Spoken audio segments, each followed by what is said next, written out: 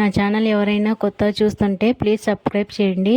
పొదరిల్లు ఈరోజు ఎపిసోడ్లో ఏం జరిగిందంటే, నిద్రమత్తులో ఉన్న కేశవ్ మీద నీళ్లు పోసింది మహా. అది తెలియక కేశవ కోపపడిన సంగతి మనకు తెలిసింది. అయితే కేశవ్ కోపం చూసి బెదిరిపోయి మహా కన్నీళ్లు పెట్టుకుంటుంది.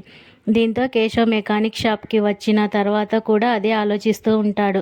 పక్కనే ఉన్న అసిస్టెంట్ ఏమైందన్నా అట్టా ఉన్నావని అడిగితే జరిగిన విషయం చెప్తాడు. ఓ దీనికెందుకన్నా ఇంత టెన్షన్ పడుతున్నావు?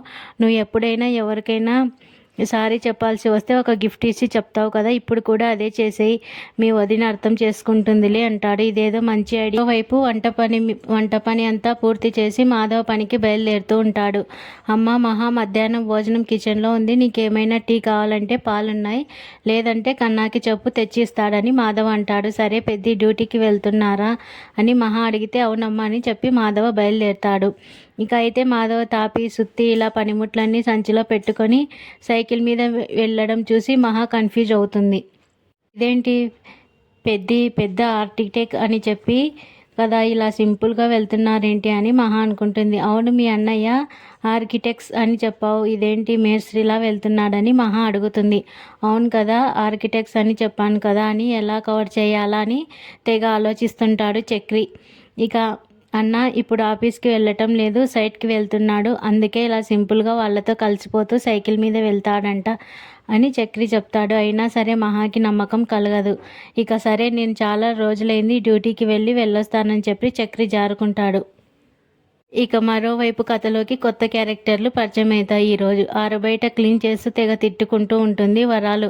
ఒక్కదాన్నే బండి చాకరీ చేస్తుంటే మహారాణిలా పడుకుంది చూడు అంటూ లోపలికి వచ్చి కూతుర్ని లేపమని పిలుస్తుంది. కానీ దుప్పటి కప్పుకున్న శైలజ మాత్రం నిద్ర లేవదు. మరోవైపు వాళ్ళ నాన్న పూజ చేసుకుంటూ వెనక్కి తిరుగుతాడు. బాబు మీ పూజలు అయ్యాయా? మీ కూతురుకు కొత్త ఫోన్ కొనిస్తే తప్ప నిద్ర లేవదట, భీష్మించుకొని మంచం దిగటం లేదు, వెళ్ళి ఆ సంగతి ఏంటో చూడండి అంటుంది వరాలు. చేసేది బంట్రోతు ఉద్యోగం అయినా కూతురి కోరికలు తీర్చడంలో మాత్రం లోటు లేదు అంటూ తిట్టుకుంటుంది. దీంతో వెళ్ళి కూతుర్ని ముద్దుగా గారం చేస్తూ పిలుస్తుంటాడు. అమ్మ లే తల్లి, నాకు డ్యూటీకి టైం అవుతుంది, నువ్వు ఎదురు రాకుండా నేను ఎప్పుడైనా బయటికి వెళ్ళానా అని పిలుస్తుంటాడు.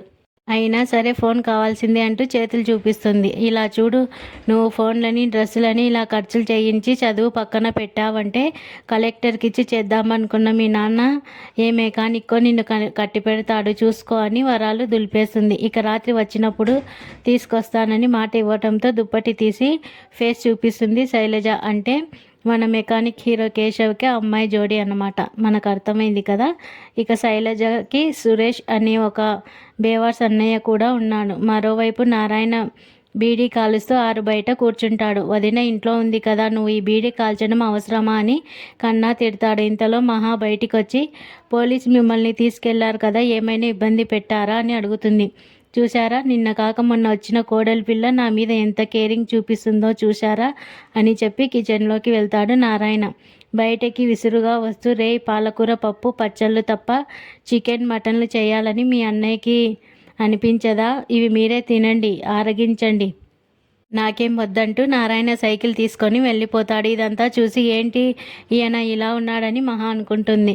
ఇక చాన్నాళ్ళ తర్వాత తన ట్రావెల్స్ ఓనర్ దగ్గరికి వెళ్తాడు చక్రి. ట్రావెల్స్ ఓనర్ దగ్గరికి ఇక చూడగానే ఎవరు నువ్వు అంటూ ఓనరు షాకిస్తాడు. అదేంటి అలా అంటున్నావు, నీ దగ్గరున్న బెస్ట్ డ్రైవర్ని నన్నే మర్చిపోయావా అని చక్రి అడుగుతాడు.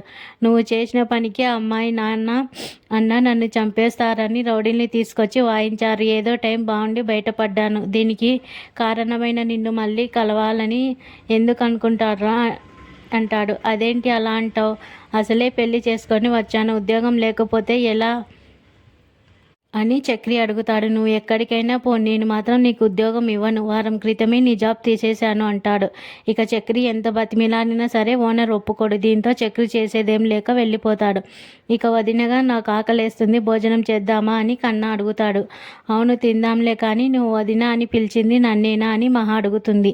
మిమ్మల్ని కాకుండా ఇంకెవరిని పిలుస్తానని కన్నా అడుగుతాడు. అంటే మీ అత్తయ్య కూతురు ఉంది కదా, తననేమో అనుకున్నా అంటుంది మహా. తనని గాయత్రి అని పిలవ పిలవటం అలవాటు అయిపోయిందిలే వదిన అంటాడు.